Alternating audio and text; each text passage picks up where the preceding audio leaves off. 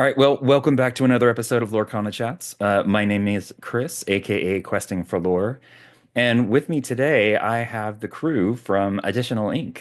Hey, all, how's it going? Hey, how are Hi, you? how's it going? Good, good. Okay, so let me just start off. I want each of you to kind of introduce yourselves a little bit, and then we'll kind of get into the whole background with Lorcana and stuff like that. So go for it. All right, so I'm Jeff. Additionally, it's kind of initially my brainchild, at least the first iteration of it that nobody ever saw. Um, I got into Lorcana when it first came out. Been away from TCGs for like 20 years. It's been pretty awesome, but we'll talk some more about that in a minute. But I'm super excited to be here and interview with you today. Glad you're here. Hey, I'm Matt. So I'm a good friend of Jeff's. We played in the same Lorcana community together. I also was streaming on Twitch for a while as Misplay Matt. So there's some people that know me through those means. But yeah, I guess you could consider me one of the core collaborators for Additional Ink. Hmm. I've thrown my hat in here, and it's been a blast. Nice, nice. I'm Mark. I end up being a technical advisor a lot because that's sort of my strength. Very very glad to be here. Very glad to speak on Lorcana. Big fan of TCGs for a long time. Cool. And I'm Asia. I'm part of the Additional Ink family, part of the bonus group. I This is my first TCG ever, and I just started playing when set five came out. Hmm. Mark actually Nice. is the one who got me into it after begging me for months to play Lurcana, and he got me hooked. It reeled you in there, right? Yeah. Yeah. Well, cool, cool. It's nice to have a group that's got like a wide range of experience. I know this is a lot of people's first TCGs, and so I know that it's really easy to kind of forget. There's a lot of people that just don't know about this. They don't have the background of, playing Magic for 20 years like some people do or whatever. So, no, it's cool. It's nice to have kind of a well-rounded group like that. Okay, so you kind of talked a little bit about getting into Lorcana. So set five, Asia. When did Yes. the rest of y'all kind of get in there? For me, it was set one. Okay. I kind of like saw something about Lorcana, and I was like, this seems really cool. Big Disney fan. Like I said, played card games a long time ago, back when like base set Pokemon came out, and then Okay. a little bit of All right. Magic. So a long time ago. Now I'm old and decrepit, but Lorcana brought me back, and it's been a fun journey so far. Nice. Well, for me, honestly, I was collecting as soon as set one, but I didn't start playing actively until set three. My background is in Magic. I played a lot of Magic, specifically Commander, and that'll become relevant, I'm sure, later in the interview. But my wife was actually interested in Lorcana, and I was like, okay, I'm sure a lot of people can relate to that, but Yeah, it yeah. was great because she finally was interested in the TCG, and so yeah, we started playing that together in set three, and it's been a blast.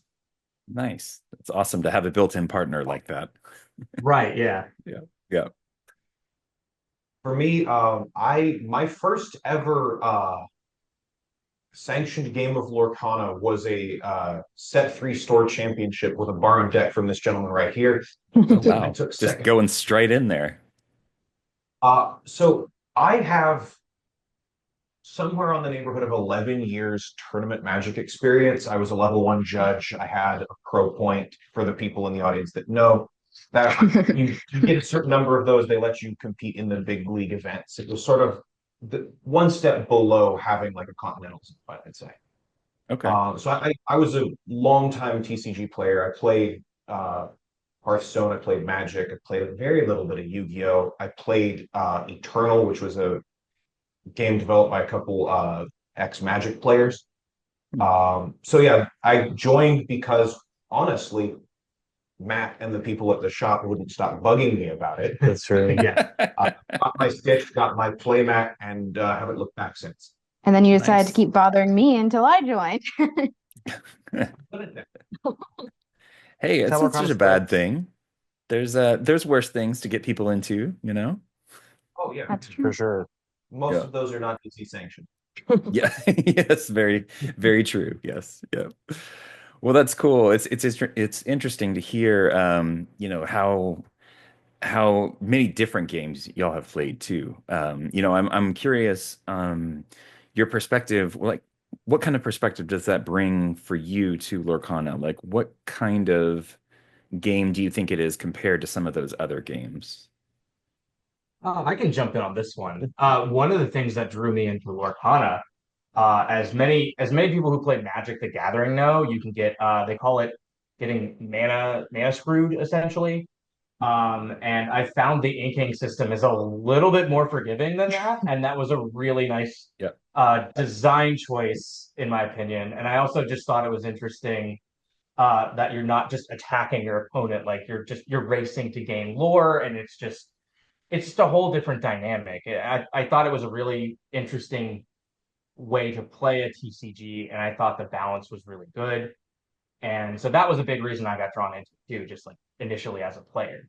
Um, and as I said before, my wife wanting to play helped too, but it Yeah. is a really well designed game in my and coming from playing Magic for so many years.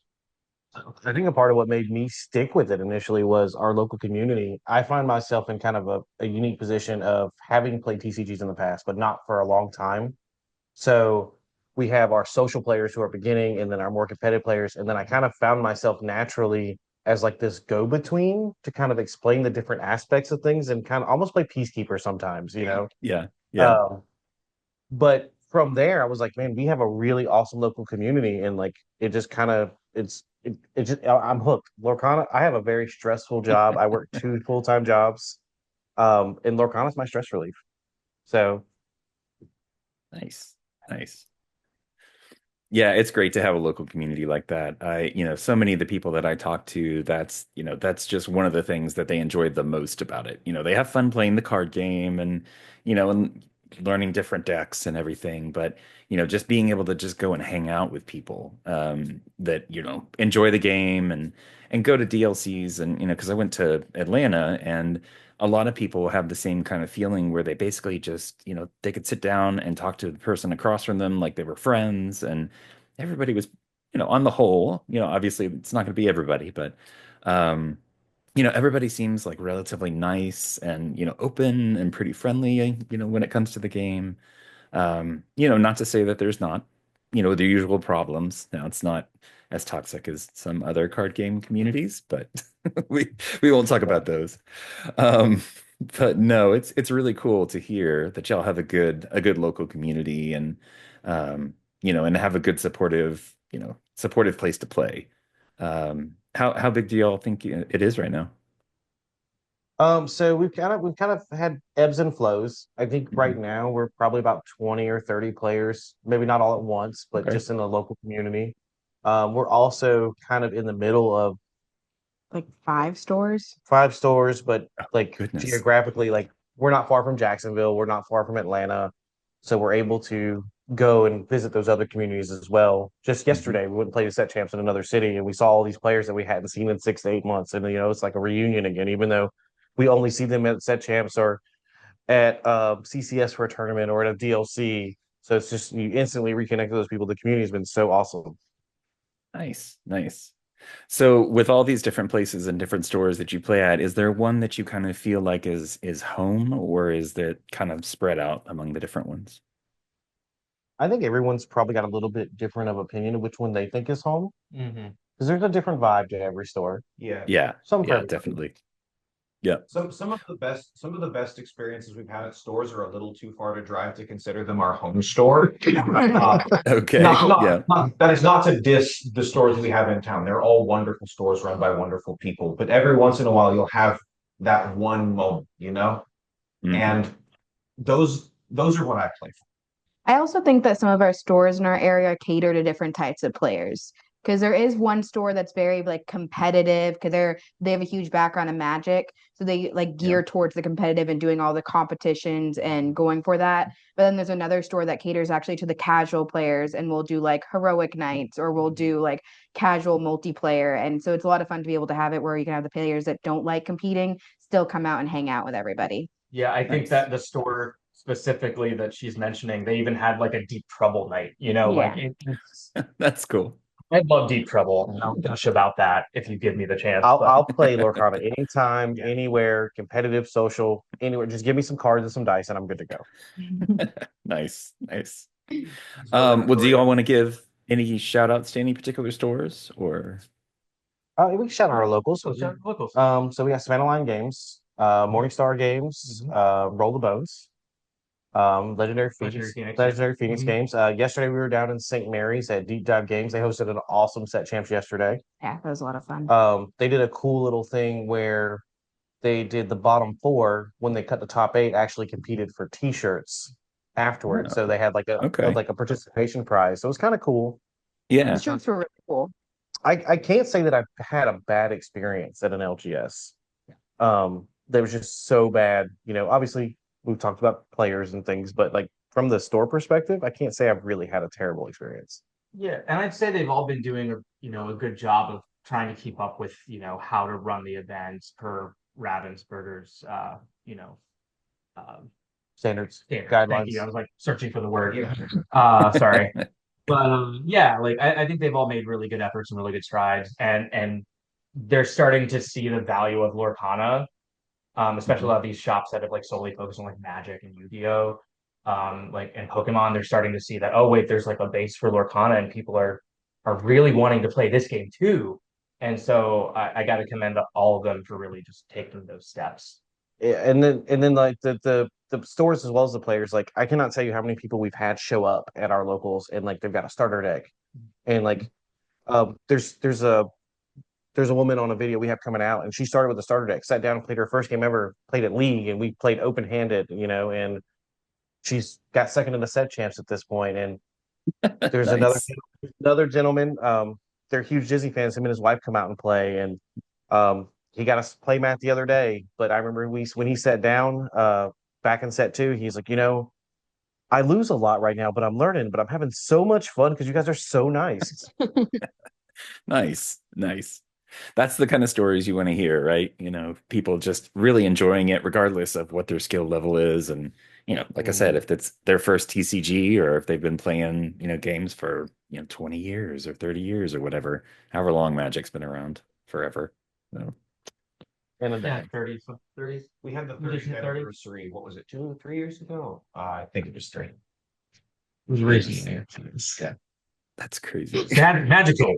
yeah, It's been around. So I Lorcana will be TCGs were 2 celebrating months its so Lorcana will be celebrating its 30 someday, right? that's I hope so. Yeah, we think so. Yep. Yeah. I mean, honestly, I don't see it stopping anytime soon. I mean, short of anything just catastrophic happening. Yeah. The enthusiasm behind the game, the growth of the game, and just the year or so that it's been out has just been insane.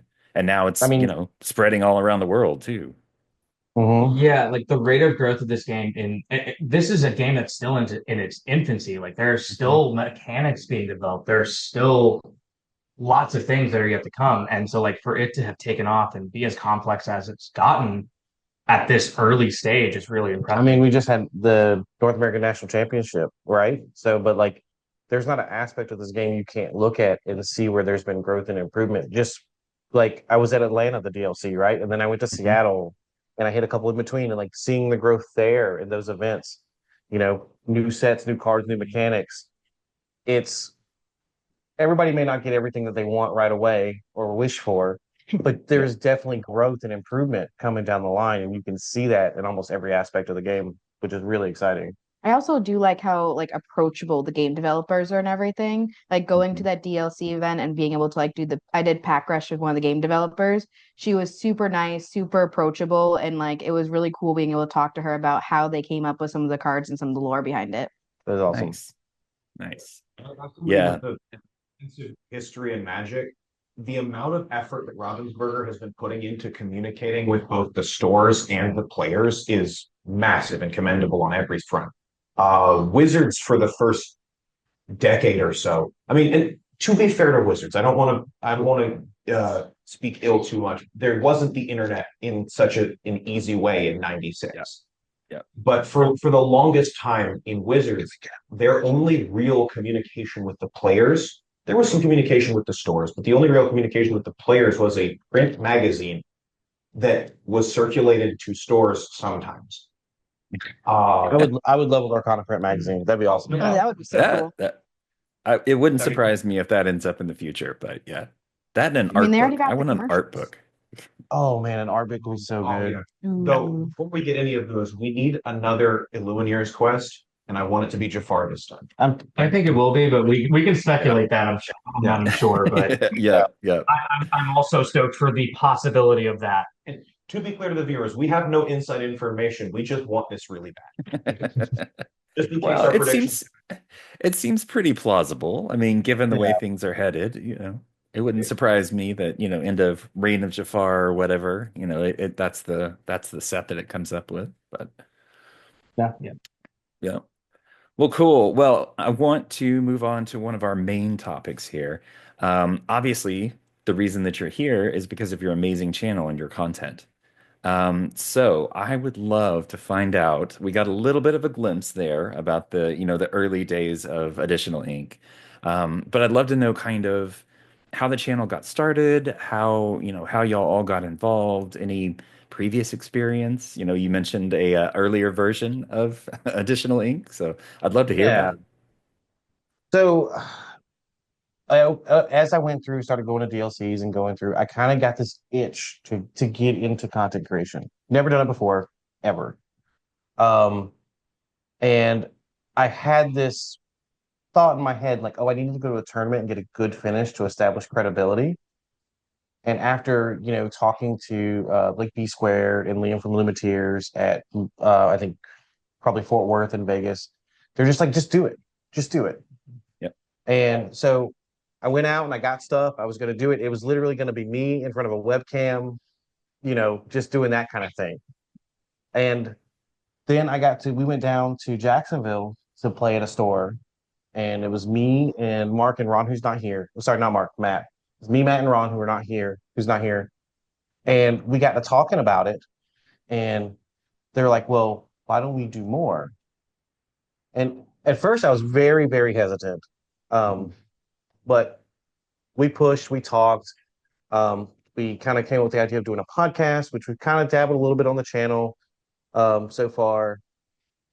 But what really came out of it was I got to talking to everyone, and I realized that around me were all of this wealth of experience and knowledge and the same passion for the game that I had. So instead of me being in front of a webcam doing the same thing everyone else was doing, which isn't bad by any means. I watch a lot of that content. Um, we're able to provide, I wanted to do something different, right? Mhm. So I was watching a lot of Lorcana content and the webcam games, all that stuff, sitting in front of a picture of a deck list. It's all great. It's informative. It's great content. But I wanted to see like interactions of people, like when you're at an LGS, like some other TCGs channels, they have a lot of that. And I found myself watching other TCGs just because I wanted to see the interaction so much. And, and so that's where we kind of led to. And from talking to them, this has blown up way bigger than I ever expected. I remember when we filmed the Welcome to Additional Ink video before Seattle, we're sitting here in my house. We set up our lights, we set up the one camera.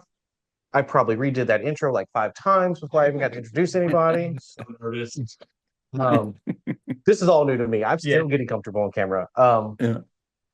But we sat down to edit it, and I was blown away with the quality.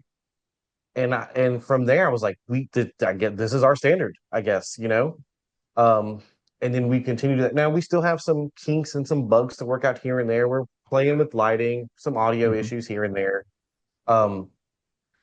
But it's amazing to me that we were able to start up here, and that's largely in part thanks to these two guys. And their background and their expertise. And I just feel like I'm the luckiest princess at the ball, right? Like That might be your official title for the channel now. Oh, yeah. Oh, there you go. We need to get a crown Named for you. yourself. Okay. Yeah. I did it myself. I was looking for something, but I feel lucky with the fact that I get to do this with my friends. and we have a very large community that, there's players that we haven't shown you guys yet of the Additional League family just because scheduling hasn't worked out. Um, there's groups down in Jacksonville, they're going to come up and play. Nice. We really want to focus on that in-person gameplay to give a different aspect of it. We want the viewer to come in and like, I want to watch content where I feel like I'm hanging out with them, right? Yeah. Like some of those other TCGs. And that's what we're trying to provide. Um, we're having fun, we're playing. Now, some of the humor, we're getting a little comfortable with camera. We got to get there. We're very new. Yeah. Um, and honestly, I don't know if we just got lucky and hit the algorithm right or whatever, but some of these videos, the views and like the influx of Mhm. subscribers, I'm just blown away. Yeah, I for I such a cannot young channel, it's believe it. amazing. Yeah. We got lucky. That's like, I don't know how else to explain it. Like, um, but like we just didn't even expect it to pop off as quick as it had. Like, Hmm. um, so we're just very fortunate and very grateful. Um, and just really glad that what we're trying to do is apparently resonating and apparently catching some attention. So I mean, thank you to everybody who's supported us up to this point, for sure. Like we're really humbled by it. Yeah, absolutely. And even if it hadn't happened, we still be putting the videos out because we're having Yeah. fun doing it.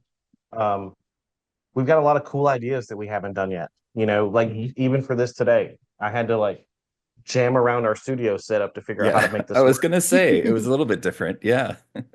And then I sat down and I was like, man, I think this might be the new podcast setup. I So, think it might be. Yeah, we're Hey, like there listening you on go. deck profile. So um, but these I got so lucky with these guys. With Ron, with Gabe. Gabe does a lot of our web stuff. He's got a background there, and it's just through those friendships that I made through Lorcana and the passion for the game that we all share that everyone's like, yeah, let's do this. And while additionally may have been my brainchild, it's really become all of us. And I'm so fortunate to have all of them around me. And even Asia, like Asia started TCGs 2 months ago, but Asia is like coming on the channel, hanging out with us, playing games. I see Asia every week at locals. If I don't, we don't film content. And we're just always having a good time. Yeah. And it was just one of Nice. those I wanted to come and hang out and play games. And so we did. It was just on camera. Yep. Yep. Yeah, I have to say the quality of the production and everything that you guys do for your channel is great. I mean, it's amazing to be able to have, multi-camera setups and then the overhead cameras and the lighting and everything. It's very impressive for such a young channel. I have to say, as someone who's kind of struggled with that kind of thing, it's not easy to get it, looking right and the audio sounding good and everything. But you It's all mentioned that. Oh, go ahead. I was gonna say it's honestly all due to Mark and Matt with their backgrounds they have in doing film of lighting and everything that's helped a lot with it. yeah, I was gonna say we were like, I think part of it is we were just fortunate that like, so I come from a camera background and Mark comes from a lighting background, and we've done some work Okay. in film and television. So we kind of had some things to get started, and then we were really fortunate that we had someone that was willing, Jeff, and then we had another Gabe. Hmm. They were both willing to invest in the channel, and we got extra cameras and got what we needed to do multiplayer, because that was something I was really passionate about, was doing multiplayer content, because Hmm. there's not a lot of that out there. It was that Yeah. initial video when I saw the quality, I was like, Yeah. okay, I know had a plan, but like I want to ramp it up and let's go ahead and get to where we need to be, and like we'll just go from there. Yep. Yep. Well, you can definitely tell that there's experience behind the cameras and everything. No, it's great, and just keep it up. I mean, honestly, I look forward. You mentioned some new surprises coming in the future, so I look forward to seeing some of that as well. Um, so I know you mentioned before talking with Liam, talking with B Squared about, getting things started and stuff. Um, do y'all have any personal advice that you would give to content creators that are looking to either get started or kind of level up their game, and get to the level of quality that you guys have? Um, I'll say the first thing is I'll say the same thing they said to me. Just start, right? Everybody's got to start somewhere. Like I said, I had this big thing in my head where, okay, well, I had to make a name for myself as a player first before I could do it. And we look at where we are now, and that really resonated with me. And then, and then they followed, like, these certain individuals, they followed up with me and they're like, "Hey, I saw your first video. This is what I thought. Here's some feedback." Um, Not every video gets a bunch of views, and like I said, I feel extremely lucky and fortunate to where we're at, um, with our views and everything. But the passion you get, just do what I'm making videos that I want to watch, right? Yeah. Yep. Um, and like even now with the channel, like I'm, even though like I may be like the face of Additionally Gets My Brainchild, I'm not even in every video because I don't need to be, because it's all about having fun. There's a video coming out that I tell you that I sat behind that camera and I had to stifle my laughter so much during this game. It was such a pain, and I could not wait to share it with everybody. And also, like, I'm having fun just learning how to edit. I knew nothing about editing. I'm learning how to set these cameras up. I'm learning how to do all this other stuff so that if we don't, not everyone's available, we can still roll on. Hmm. But take the time, invest in learning the things you need. And if something's not quite right, that's okay. We can do better next time. Um, I want to provide high quality content. And sometimes that's a camera, sometimes it's about what's in the content, right? Mhm. I think too, like, on that note, like, don't get hung up on like little imperfections. That's something I've had to, like, coming from like the film and television world. I have to be like, this is YouTube, this is video. Like, it have to be like a cinematic masterpiece. Like, it's okay if something's a little Me, off. And yeah, Jeff has been a real like opponent of like, hey man, just it's okay. He's been a really good balance. Like, I feel like we balance really. Like, I'm like, hey, this needs to be at a certain standard, and but then he's like, yeah, but like we also just need to like put a video out. I'm like, you're right. So it's I feel like it's made us a really good team in the editing room for absolutely. sure. I mean, you have that perfection thing, but see, I fix broken people for a living. I'm a paramedic, so I don't get perfect conditions, right? So sometimes you just good enough's good enough, and we got to get them to where they got to go. Yeah. So we have that balance. Yeah, you mentioned people wanting to level up their content creation and say go from the webcam at their desk. There's a lot of the tools that you need to put on content like this are a lot closer than you think. Mhm. For example, I have high quality. I work in grip and electric and film. I have for a while. I have acquired some honestly very expensive equipment. But one of the best lights on this set for all of our use, if you look up in the, I don't know if you can see it in this shot, but in the corners of the room, we just have some recessed lights that Jeff put in his room from Home Depot, and they do work. Like, it's far more about using what's there and like taking the time and just figuring out, take the time, set up a camera, and just move the lights in your room around until you like it. Don't get caught up on, oh, I need this LED panel from Amazon. I need to go to B&H and get this light with a lens. You don't need a cinema camera. You don't need a camera that does 6K. And this is the truth of low budget filmmaking, which is what I work in a lot. It's far more about putting the pieces where they need to be than what the piece is. And so don't shy away from trying to make high quality content because you can't afford the $7,000 camera. And not that our cameras cost $7,000, but Oh God, no. but even if you go, like, to tell on ourselves a little bit, if you go back and watch, like, I know we don't have a lot of videos out right now, but if you go back and watch some of the very early ones, the lighting's different than what we're doing now. We changed the lighting one time and we're sitting there in the editing room and I was like, I like the way this looks a lot better. So let's do this from now on. Or we put out a video, it was a sealed multiplayer video. It was so fun to make and I think fun to watch, but the audio wasn't the best. But we put it out anyway because we wanted to share it.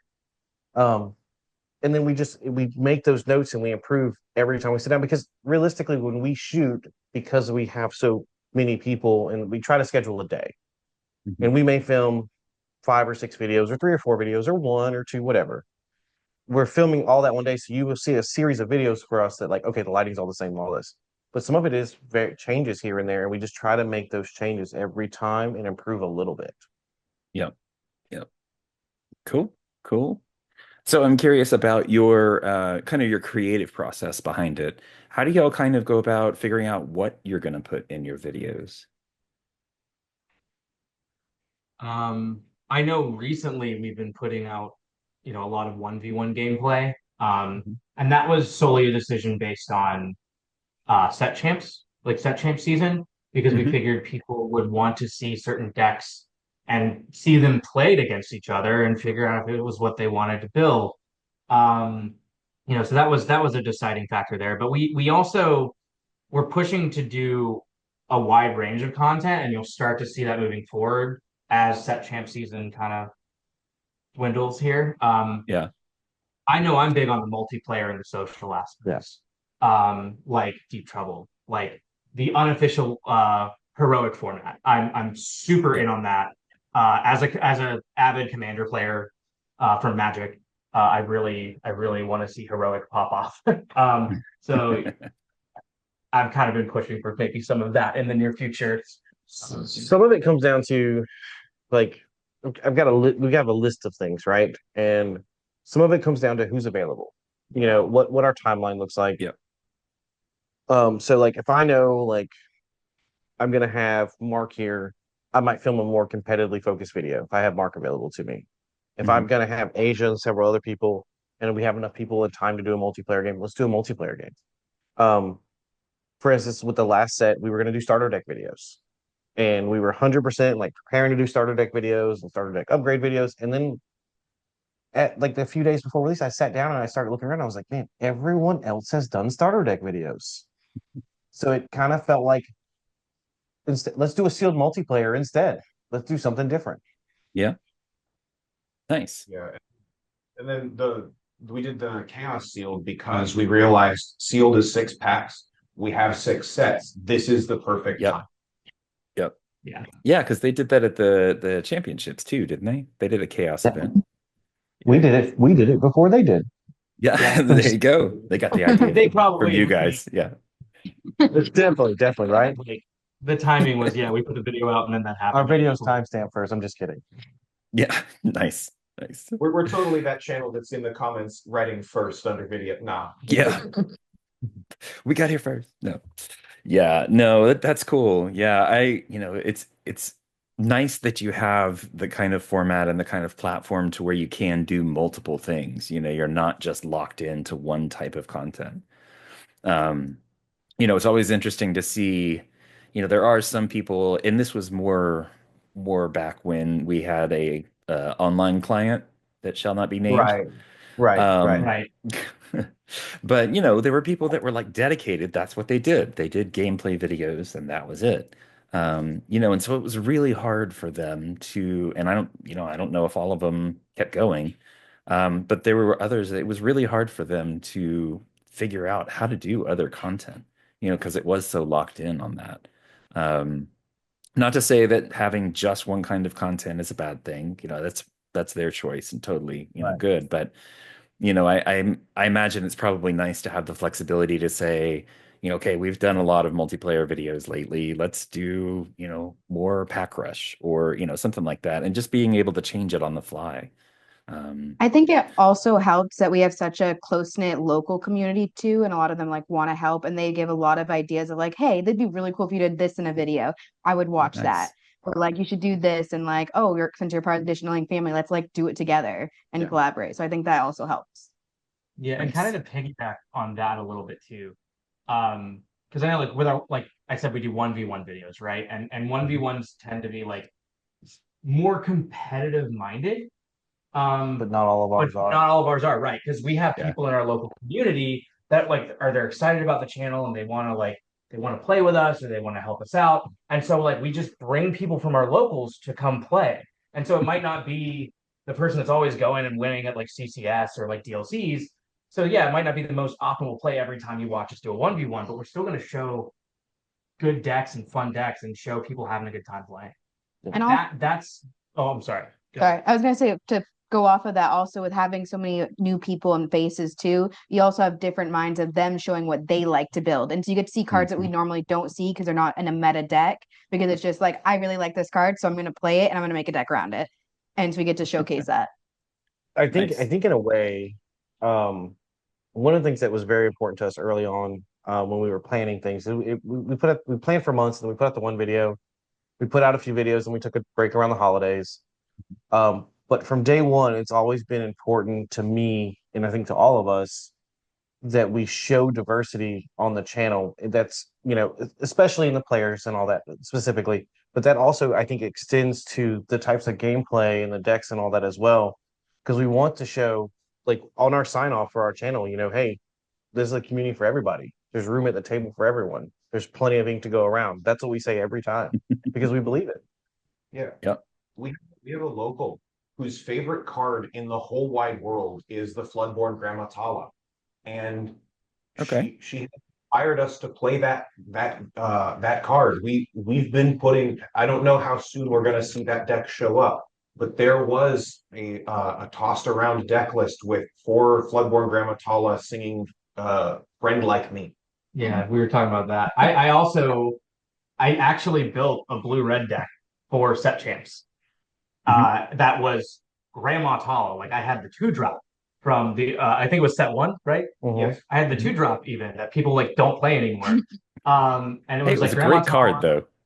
Yeah, Yeah, right. it honestly is. And like honestly, when you like play that into like a turn 1 Cindy or turn 2 Storm off of a Cindy, it doesn't feel as bad when it goes into your Inkwell, honestly. But Yep. but yeah, I played that. It was like Grandma Tala, Mama Odie, and it was like it didn't run Hiram and Sisus and all the stuff you typically expect. And I got like 5th place with it, and it was really cool because it was just a That's new fun awesome. way to play the game, and it also used Maui Shark. It was kind of crazy. I might play it on the channel at some point. Yeah, we definitely It was a cool deck. Yeah, you But should. That sounds like fun. um yeah. But yeah, that's the whole point, right? Like there's no like set way to play a color archetype or there's no set format to play. There's so many options for everybody. not me taking blue seal items to Vegas. When was the last time at any event that mattered you played a deck that wasn't blue steel, Jeff? Let's talk about that. They're not the normal blue seal builds. It's still blue steel. It's still blue steel. Well, now you have Blue to steel. elaborate. I've been playing blue seal since set 1. Mhm. And then probably around the beginning of set 4, I started to diverge from what would be the accepted blue steel list. Started playing some blue steel items, some other stuff. Now I'm running an Alice deck. But yeah, I just like my colors, my comfort. Yeah, nothing wrong with that. It also There's That's where the channel name comes from. Additional ink. okay. All right. I didn't think to ask about that. Yeah, that's true. Slowly No, trying to that's convert us all into blue steel players. but you got to have some diversity on the channel. Don't turn into just blue steel. I mean, right, not that it's a we're not- bad deck. There's some really good blue steel decks Don't out worry, there, don't worry. but Dude. And of course, that's one of the reasons that we're the happiest to have Ron. Oh my God. Ron plays whatever he wants. At one of our set champs, Ron was playing green purple Mad Hatter, and the Mad Hatters were scary. No. On Saturday, built Ron. I said, Ron, I got you a deck. It's your play style. I said, I don't know if it's any good, but it's your play style. Amber Sapphire. He ran with it, had a great time. Yeah. He was the guy that plays the red yellow locations. He does all of it. He has a real Yeah. estate license with how many location different decks he's built. He's tried to build a location deck in every single color combo that you can think of to try to see which one works the best. nice. Hey, there's some great locations out there. I mean, Oh, honestly, there's a lot of not so great ones, but there's some pretty good ones. So, I mean, I do a Ruby Amethyst locations, and I went to the DLC in Seattle for fun, did the side events, and I topped the side event with my location build. Yeah, nice. it was similar to the one that you played against me. Yeah, I just you had updated some- it with like yeah. the set 6 cards, Yeah, but she yeah. looked me really good on one of my videos. It's a good deck for sure. So Nice. Yeah. So I know you'll have a really strong local community, and it's awesome to hear that you bring in people from your local area and have them come play. Um, what are your thoughts on the kind of the wider, the more, the online and the worldwide, I guess now, Lorcana community? I still think like the community's great. Like I did 5 DLCs this year. Hmm. So you get to see a lot of the same faces. You get to talk to a lot of the same people. Um, and even going to some of these larger tournaments that we travel to. I have not, I'd say probably in all of that time, I probably only maybe had one small negative interaction with somebody, but overall the community's been great. The the content can so the content creator community's been awesome. We're just kind of getting into that world, right? Um, but everyone's been super awesome, supportive. The players are great. Even some of your pro competitive players are extremely approachable. I've had conversations Yep. with them many times. I really, I think that this game is poised to last a long time. I agree. I think the rest of the people will agree too. Yeah. In my experience at Charlie's and at the DLCs, the pros have been an absolute class act, and it's a breath of fresh air coming from the Magic scene. Honestly, there's a lot less, I'd say, desperation to win among the pros.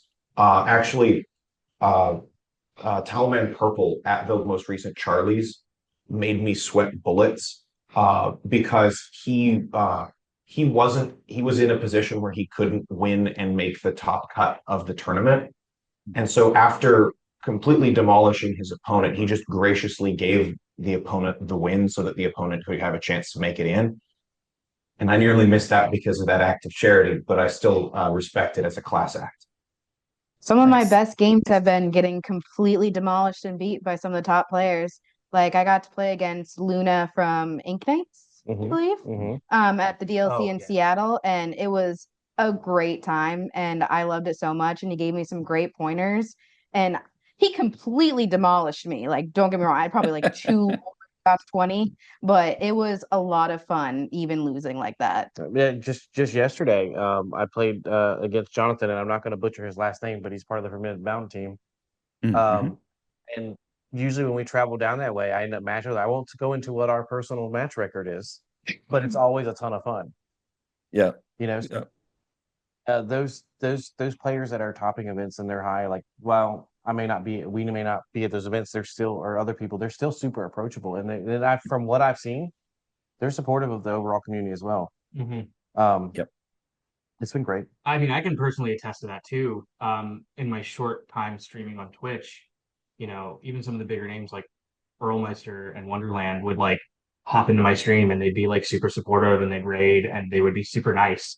And I got to engage with them. And I've seen a lot of people that are like kind of like considered upper echelon players, Mm-hmm. like Asia said, like they're approachable.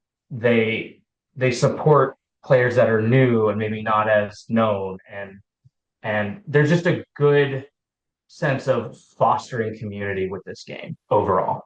Like, sure, you're going to have your bad eggs everywhere, but I've seen a lot more positive than negative, and that's something that's made me want to stick with Lorcana as a Yeah. TCG. No. Yeah. Nice. Yeah. Nice. And we're new on the block as a channel, and hopefully we'll carve out our place, which but we're extremely humble with everything we have so far. But I mean, R&B, every time I've been in an event he's at, we've sat there and talked about Blue Steel, and it's been no big deal. Yeah. Yeah. Yeah, it's really great to see that, and I don't know if it's the Disney aspect that kind of, draws in the nicer kind of crowd. It doesn't seem like everybody's just so hugely aggressive, but that might also be because it's relatively early on. I don't know. It might, kind of Yeah. get more that way as time goes on, but at least for the time being, everybody, yeah, I totally agree. Just being able to walk around a DLC and, shake hands with, Zach Bivens or, whoever just happens to be there. And they're like, yeah, hey, how's it going? Of course they have no idea who you are, but, but they're more than happy Jonathan, to. I'm going to shout out Jonathan Lamb, one of the nicest guys you'll ever meet. Yeah. Super approachable. And he's just probably like we've talked to him so much since meeting him originally. I ran into him at another event and I didn't even see him, and he ran up and he's like, Jeff, and then runs up and gives me a hug, like so nice. And it's just so like you can't even describe how this community is. Yeah. Yeah, it's really great. Thankfully, with it being my first TCG, I don't have any of the bad memories, like some of them with the magic and everything. Yeah. So it's been very welcoming, and it's nice to have such a positive experience being so new to it too. So I'm curious, we've gushed over the current state of the community. Is there anything y'all think that we could be doing better? Either at a local level or, Ravensburger level, anything like that? Hmm. What? There's a few like minor things that you'll see pop up every now and again. And the main reason I don't want to speak on them too heavily is because it's been very clear from what I've seen from Ravensburger that they are aware of these and actively putting a lot of effort into fixing them. Like the the Bucky situation feels a little misplaced. And I realize this is a little hypocritical. I knew coming Bucky was as coming a up. Green Steel player, but I don't, and I've stood by this in every card game that I've played. I don't like it when there are printed versions of a card that don't do what the card actually, that don't say what the card actually does in the current edition. Magic gets a pass because the actual rules and the way the game has to be worded have changed at least 4 or 5 times. So the very old cards get a pass there. They were written before from a time when the card back wasn't even supposed to say the same in Magic. So I'll give them a pass, but I don't like errata in cards because it can lead to unfortunate situations where somebody who maybe doesn't get out onto the internet side of Lorcana just opens packs and enjoys the cards, opens a Floodborn pack, finds a Bucky, thinks it's a very cool card, goes to locals and finds out it costs 3 ink. I don't, you see what I'm saying? Hmm. I understand where you're coming from. Like, yeah, there's some confusion with that, but I think, it's one of those things that like judges and TOs can be on top of um when those issues arise at tournaments. But yeah, the Bucky situation, I don't know. It was a little. All right, so I'm not going to talk about Bucky because that was a long time ago. Yeah. But I think that while we talk about how the community is great and how it's welcoming and all that, I do think that there are still people out there that maybe don't feel that, right? Like they haven't found their space or their voice or whatever whatever the phrase is. So maybe they don't have a locals that is welcoming, or they don't have this, or they don't have that. Um, so I think maybe we need to try to not find those people, but we need to provide spaces for those people to find that same awesomeness that we feel with the community and that we see. And that's one of the things that we're trying to do here. Because you get people that come in, and I'll say this: I've seen people that come in and they come in from other TCGs and they're used to the way those TCGs work, and you're like, "Hey, buddy, this is Lorcana. Like, you got to chill, Yeah. right?" Yeah. And, and then there's new players that are like, "Well, I don't understand this part of it. Why did this happen?" Okay, well, let me explain it to you. You know, this could be acceptable, this cannot be. And I guess that's kind of that role I found myself in our local community. Um, but I do think if we can figure out a way to bridge that gap more, it will make the community even more welcoming and more inviting, and make it so that the bar of entry is even lower for people. Does that make sense? Yep. Yep. I will Definitely. I will say that I do like that. I know that they're making changes for it, but I like the idea of like when they talked about doing the quest con and making more stuff for casual players.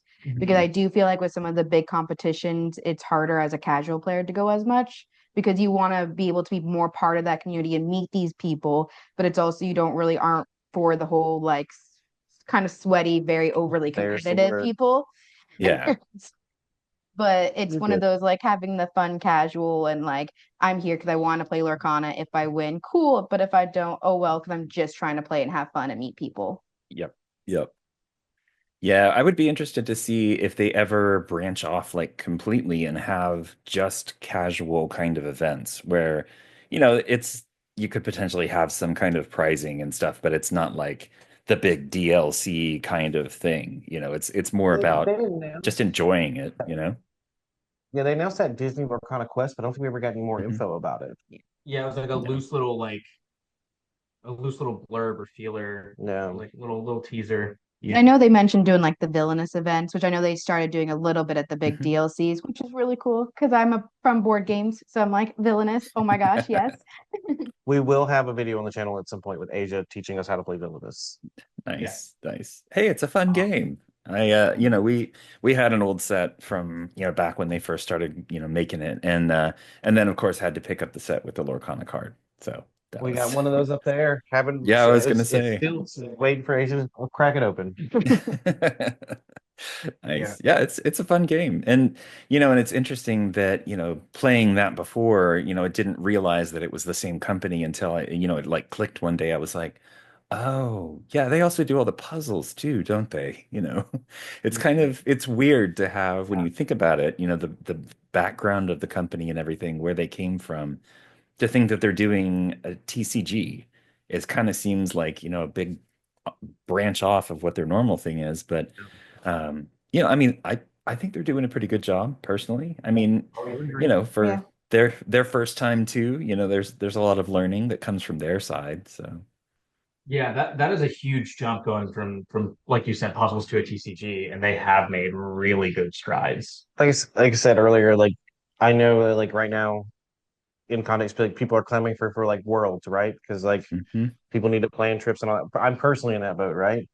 But while it may be frustrating that we don't have that info, if you take a step back and look at the whole overall picture, I think they're doing a pretty good job overall. While we may not have what we want right now, they have been answering those things. Like you can see the improvements through the DLCs, the improvements to like the organized play program that just kind of came out. It looks like while we're not seeing daily feedback or like they're not checking in with us daily, which they don't have to, it does appear that they definitely had their head down, grinding out, trying to figure out these solutions, and then when they're ready, they'll let us know. Yep. Yeah, and on that note, I also do appreciate that Ravensburger isn't just uh, wholesale borrowing solutions that other games have used for their to solve their organized play. Because, like, you know, this is no diss to Yu-Gi-Oh's organized play or Pokemon's organized play or Magic's organized play or what have you, but those games are structured entirely differently, and it wouldn't make sense to just lift the framework and hope that Lorcana works within. I'm Yep. glad to see that they are, even if I don't agree with every decision they're making, uh, still not a fan of two game formats, but that's a personal thing, not a actual right. But even if I don't agree with everything they're doing, it's good to see that they're willing to take the chance and make the mistake themselves rather than just take the safe route and just do what everybody else does. I think that's important. I do also think that with their puzzle background, that's why Deep Trouble is so much fun because it kind of brings that whole like board game aspect while also being able to build decks and doing the TCG. I never thought of that. Because I love board games. So like Deep Trouble and Villainous are my favorite parts. And it actually kind of helped with Mark getting me to play Lorcana because he's like, it's the same company. They do all of this. So come on. So I think that does help. And like I know Danny loves Deep Trouble. Yeah. My wife was in a similar boat. She was a big fan of the Ravensburger puzzles, and so she's like, "Wait, they're Mhm. making a card game, and it's Disney. Okay, let's check this out." Like, but yeah, like that was a really good point about Deep Trouble. It does kind of just feel like a board game that you just sit down with your deck and play into. Yeah, it reminds me of like a co-op board game where you have it where you're going against the board to like work together as a team to like defeat it. Yeah. But then you also have the aspect of the TCG of being able to build your decks and find new ways to try to beat the different levels. Yeah, especially with the new sets coming out. Yeah, it's awesome. Mhm. Honestly, yeah, We an awesome blend. Yeah, we do have a planned video for an undisclosed date to sort of show off how to beat the extreme difficulty. We're not announcing a date because we haven't done it yet. We haven't beat extreme. We've got a lot of plans. We've got a lot of It's plans. We just sit even down the and try easy, that. yeah, even the easy That might be levels, that it's might hard. that might be 3 or 4 reshoots, right?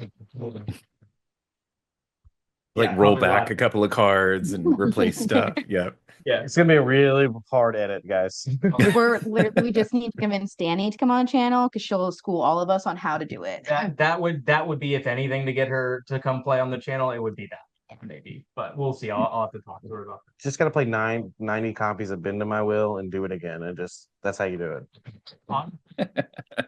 End of my will is kind of gross for that game. No. Yeah, and That'll be fun. no. Anyway, we're we're snowballing into deep trouble.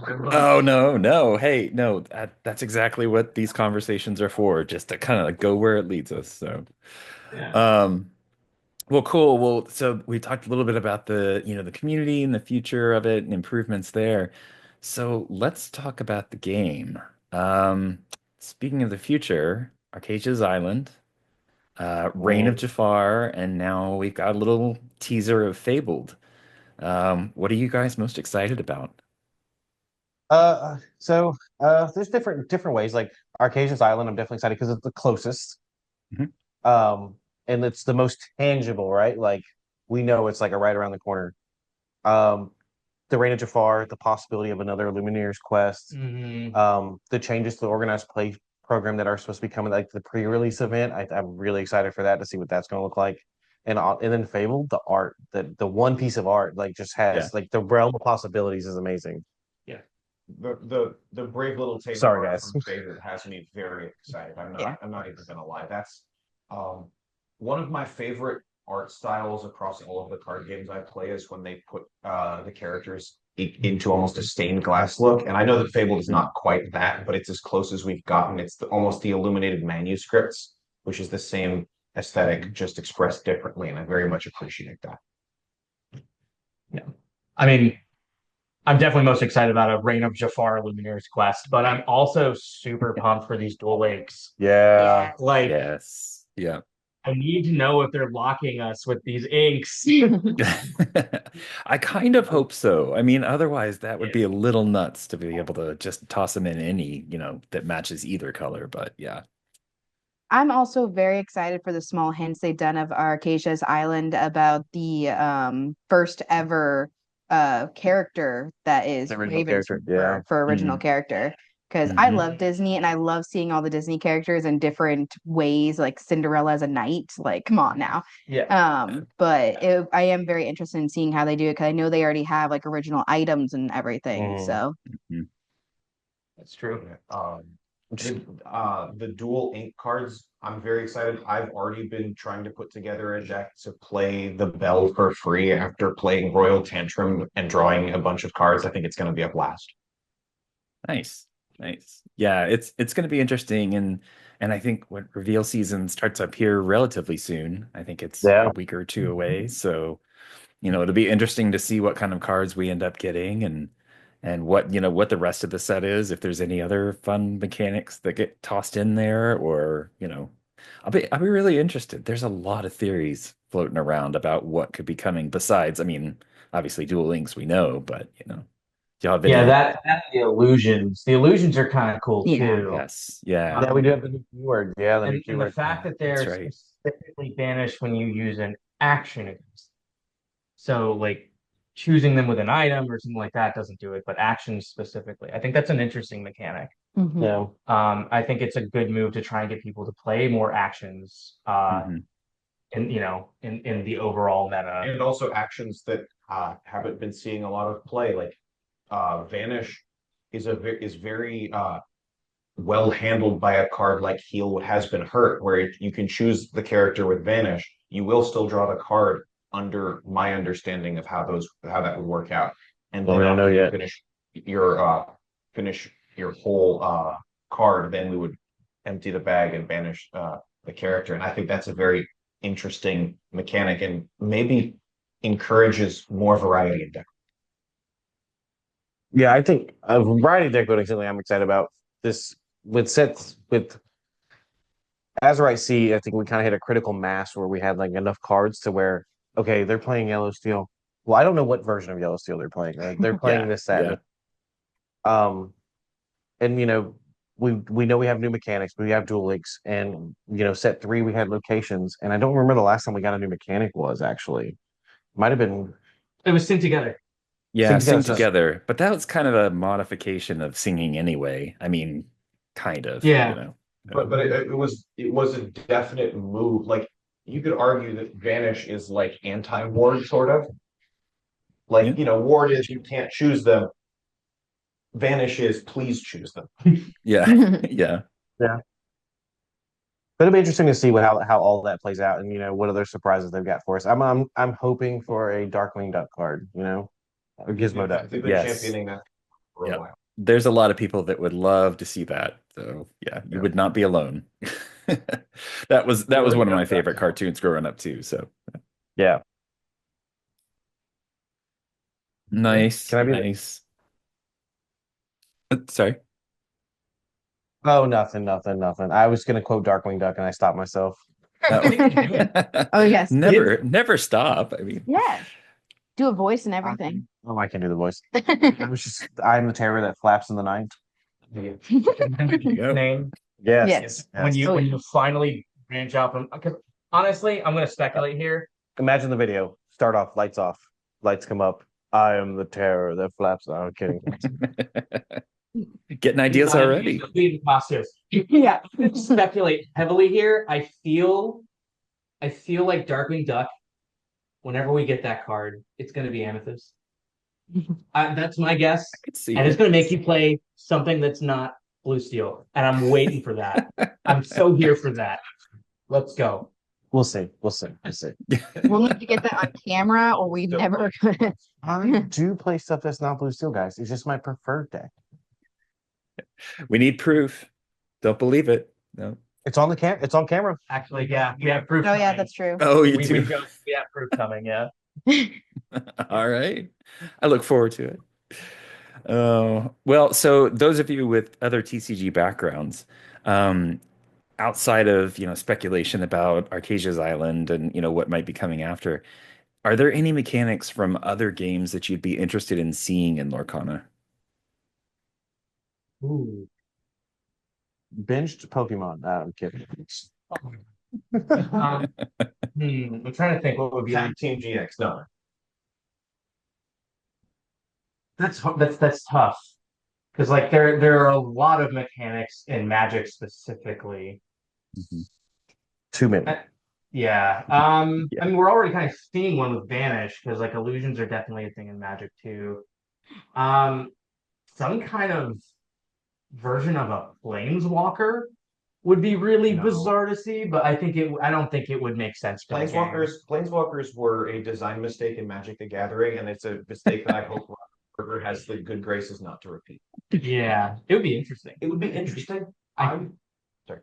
No, but I think you're right. I think it would be. It might make some balance issues. I don't know. Yeah.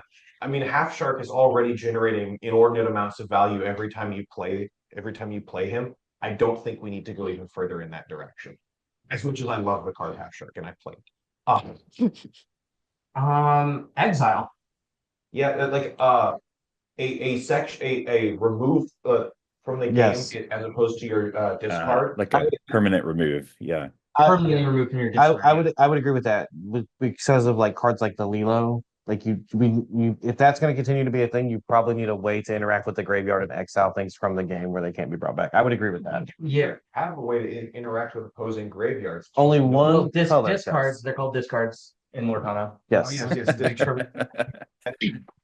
Yeah, we have ways to sweep things back into the deck, but nothing that permanently, to my knowledge, removes it from. Except for in blue, we can send it to the inkwell. I guess that's the closest thing we have. That is the closest. Yeah, that's true. Can't come back out. Do you remember when I? No, that's not true. Mufasa can get it back to your hand. But yeah, they're typically not playing blue though. Like when I let it go to Eric, so you didn't get that trigger ability when he vanished. Yeah. Okay. Yeah. Rude, but yeah. One of the Good. Interesting is counters. The ability to permanently add keywords. We have some things kind of close. We have Maui's Fish Hook and the is it Adventurous Collector is the Ruby Ariel, I think. The 3-drop that gives evasive when you see it. Yes, both of those give evasive until the start of your next turn, which is very powerful. I mean, set one Aurora gave your entire board ward. Well, I'm talking about, for example, a ward counter or an evasive counter, or even a +1 might +1 willpower counter. Just ways to change the size of characters permanently would be interesting. I don't know that it would be necessarily balanced. I haven't thought that far into it, but I do like the mechanic in Magic and would like to see it come over. Not to the extent that Magic does it. There are some very, very excessive ways that Magic the Gathering handles counters, but we don't need to dive into that. I think that's something that'll come with power creep. Like it just happens in every game. So I think we'll start to see cool things like that. Yeah. Yeah, these are all interesting directions that they can go with the design, but Yeah. I'm having fun the way things are. Yeah. I mean, Yeah, here's the thing. definitely. This is my first TCG, so It, I don't see any issues. Yeah. it's been so long since I played Magic. Actually, when the first chapter was out and it was hard to find, I was like, "Oh, maybe I'll pick Magic back up." Commander wasn't a format when I last played, and I was like, "This is like 20 years worth of keywords and mechanics." Like, you know what? Never mind. I'll just find my first chapter packs, and I won't even try. Just Magic not is worth not. it. No. I still play Magic because I have 10 of those 20 years or 30 years as experience. I would not recommend it to a new player who's not ready to be absolutely inundated with information. Yeah, it's a great game. It is not nearly as approachable as Disney Lorcana. Yeah, no, I don't think any of you guys would have been able to convince me to play Magic at I all. wouldn't have tried. You got me with Lorcan, I'm sticking to it. This is one I of the things mean, I do like about Lorcana is the floor. This is what I was telling somebody the other day. Is the floor for entry is so low to start playing, but the skill level, the cap is so high when it comes to deck building and strategy. So there's space for everybody. mhm. Yeah. Oh, And that just definitely. speaks to how well the game is designed and balanced as a whole. That it's super easy to play, and yet you can make it as complex as you can set your mind to. Yeah, I have the utmost respect for the people that are working on these sets to be able to figure out, how to make these and make cards that are not just completely overpowered and how they work with cards from previous sets and I know they're like out to, set 12 by now or something that they're working on, but just to be able to keep it all straight, it just seems so complicated. And I know it's not just a small group of people doing this, but and it takes experience and all that. But yeah, it's crazy to me to think about putting a game like this together. So, Yeah. but, Absolutely, much respect for them for that. you know. All right. Well, y'all, I have had a great time talking with you. Thank you so much for being on. I really appreciate it. Um, and for getting it all set up to have all four of you talking at the same time. I wasn't sure Thank you about for how having the us. whole scheduling thing with multiple people, it's always a little tricky. So, but I'm glad this worked out and I'm glad we're able to sit down and talk. So I do want to end with the same three questions that I ask everybody, and you have to answer individually here. All right, so let's start off. Favorite ink and card right now. Okay. Has to be Super Goof from Ruby. Nice. I absolutely love Super Goof. I love that he has Rush because can use him in all my location decks to just put him out to protect my locations. And also it's just a really pretty cool card. Like Super Goof as a superhero. I mean, come on now. Nice. So I'm gonna go favorite ink, Sapphire. We like to ramp around here. Additional ink, right? Makes sense. Hmm. Favorite card though, Tinkerbell Giant Fairy. I am all day been thinking about the possibility of getting my hands on one of the newly released Japanese enchantments. So I'm gonna try to figure There that you out. go. Nice. Nice. It's a great card. My favorite ink color would probably be amethyst because I like to draw cards. Mhm. But I think my favorite card right now is probably Wreck-It Ralph Ham Hands. Mm. Mhm. He's Yeah. just so Okay. powerful. I love him. And I'm actually building a heroic deck around him. Ironically, I'm not using amethyst in it, but yeah, I would say those would be my best answers though. Okay. Nice. So I am a dyed-in-the-wool Emerald Steel player. I have been since my first ever set champs, my first ever organized play event. But I think my favorite ink color in a vacuum is probably ruby. I like Okay. I don't like the be prepared Maleficent Dragon chair ladies aspect. I'm much more interested in almost the Mulan Shere Khan Maui half shark aspect. I like the idea of, hey, you played a character, I played a character. Let's see which character is better. Like the come out here, let's settle this with an arm wrestling match to reference the Let's take it Glimmer versus outside. Glimmer. Yeah, I'm referencing the art on Glimmer versus Glimmer. Um, Mm-hmm. my favorite card right now, and one that I had been asking for a long time. 3-drop Bucky. No, No. it is. I'm still. It is. I'm still here. The song for Treasure Planet. That soundtrack is to this day one of the best soundtracks Disney has ever released, up there with Tarzan and The Lion King. Um, and honestly, in my opinion, Treasure Planet is the best cel animated movie ever produced.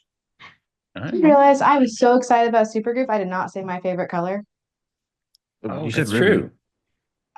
My actual favorite color to play is purple for Amethyst because they have the best locations.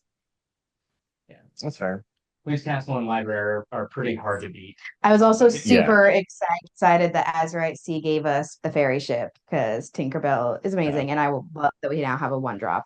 Mm-hmm. Nice. Well, so we kind of already alluded to it, but the next question for all of you is favorite Disney movie and why?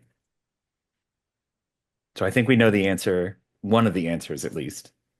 We'll go the other way this time. Yeah. Well, actually, my favorite Disney movie uh isn't Treasure Planet because Okay. while I am a massive fan of it, I think it is my favorite animated Disney movie. Mm. My favorite Disney movie is an unbelievably deep cut, but it is my child. My parents were my mother was born in the 60s. My favorite Disney movie of all time is The Apple Dumpling Gang, starring Don Knotts and Tim Conway. Yes. Yep. I remember that one. It's a very good movie. The sequel was one of the few sequels that didn't let me down. Nice. Nice. Awesome. For me, I think it was very nostalgic and indicative of the time I grew up in the 90s. But for me, it's the whole like Aladdin franchise. Aladdin, actually, specifically Return of Jafar. I know Okay. that's like a weird one. I love that one. I love when he like turned into like the big red genie version of himself, and like the song was "You're Only Second Rate." I want that song in Reign of Jafar. If we don't get it, I'm gonna be very upset. And I'm super hyped for a Reign of Jafar Illuminator's Quest. Do you think we're gonna get cards from the Disney straight to home video sequel collection? You know what? We Maybe might get Mermaid 3 cards. We might get Ariel's daughter. Ariel's daughter. Because she did her. Didn't she? Am I mixing my metaphors? No, you're right. Sure, Ariel. She I think did. she did one. There was like There was a Beauty and the Beast sequel. time travel. Yeah, it was movie. one of the random ones. Yeah, yeah. I think they Like, covered they that were- on Lore Keepers In one time with the Yeah. Disney sequel stuff they do. Yeah. So Aladdin's a good choice. Lion King, lots of great stuff back in that era. But really, I have to think back to like what did I watch the most when I was a kid? Honestly, it's probably tied between Jungle Book and Beauty and the Beast. Two very opposite end spectrums. Mhm. But I do remember those VHS tapes having to be replaced when I was a child. Yep. You're showing her age. I know. Hey, I'm right there with Showing you. my age. I'm right there. I wore out many a cassette tape, or VHS tape, I guess. So, dated myself even more saying cassette tape. I had cassette tapes. Feel bad. All right. And last but not least. So my favorite movie, which they all know what it's gonna be, is Goofy movie. no Yeah. Lilo and Stitch. I absolutely Nice. am obsessed with Stitch. I was the weird kid growing up, so I just saw myself a lot in Lilo. So seeing that whole franchise, the TV series, all of them, Mhm. it was just amazing. Nice. Nice. Always a classic. Yeah. Well, thank you all again. I really appreciate it. So let's wrap it up by telling people where they can find you. All right, guys. So we are Additional Ink, right? So you can find us on YouTube, at Additional Ink. We also have Instagram, Blue Sky, Twitter, X. Am I missing somewhere else? We have a Discord. Discord. We have a website. We got really lucky with the domain name, additional.inc.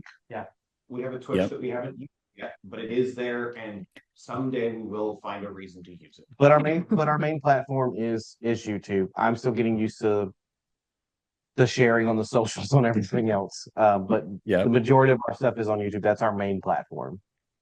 Okay. Perfect.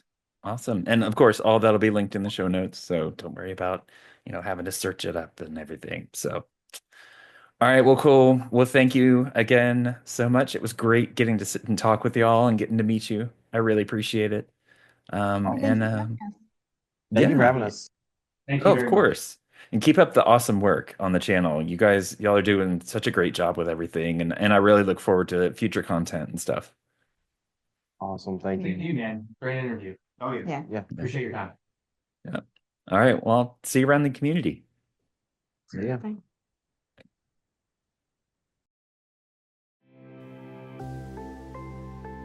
Thanks for joining us on today's episode. If you liked what you heard, make sure to subscribe and rate or like us on your platform of choice. If you'd like to reach out to the show, you can email us at LorcanaChats@gmail.com. You can also find us on Twitter or X at LorcanaChats, the podcast at podcast.lorcanachats.com, or just lorcanachats.com. We love feedback on the show, and let us know if there's anyone you'd like to hear from in the Lorcana community. See you next time.